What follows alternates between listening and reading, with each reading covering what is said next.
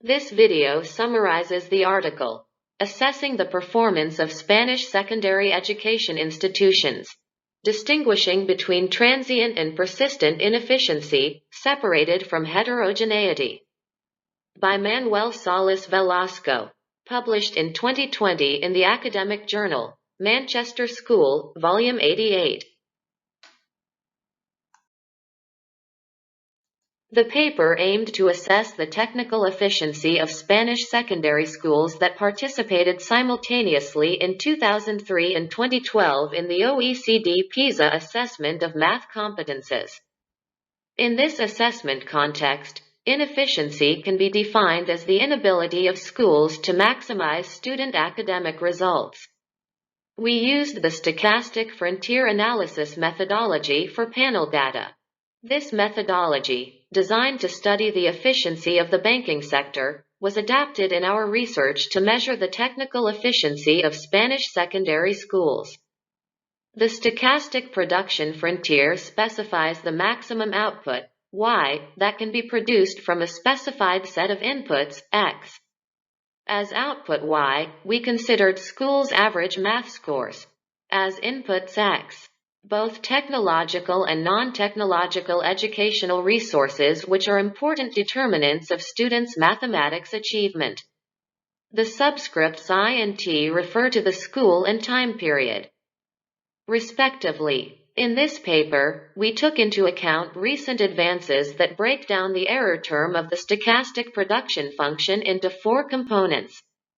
First, the so-called noise. We would have omitted exogenous variables, including measurement errors, that affect educational outcomes which vary across schools and change over time. The second component of the error term is the time-varying technical inefficiency or transient inefficiency. It refers to school variables that vary over time and between schools which affect school performance, such as a greater difficulty observed each school year in hiring teachers.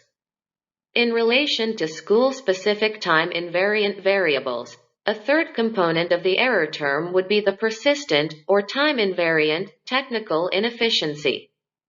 We can think about managerial practices which vary across schools but not over time within a school and affect school performance. In our paper, time-invariant inefficiency is explained by persistent factors related to classroom management. Schools with a worse disciplinary climate tend to be more inefficient in education production. Disciplined classrooms were associated with better academic results. However, there are also school-specific time-invariant characteristics that influence learning outcomes, but they are not inefficiency. We can identify a fourth component of the error term called heterogeneity. Our research identified the motivation of the students of each school, interest and enjoyment of mathematics, as the effect of heterogeneity in learning outcomes.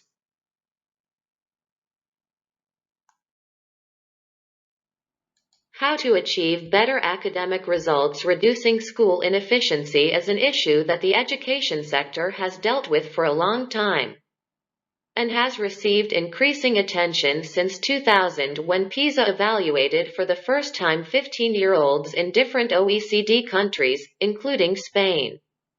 If a positive school climate fosters student achievement, the presence of systematic deficiencies in the classroom management capacities of schools could be overcome with teacher training in classroom management techniques. Policies to reduce the size of classes, students per classroom, are surely more expensive and less effective than the cost of teacher training in classroom management.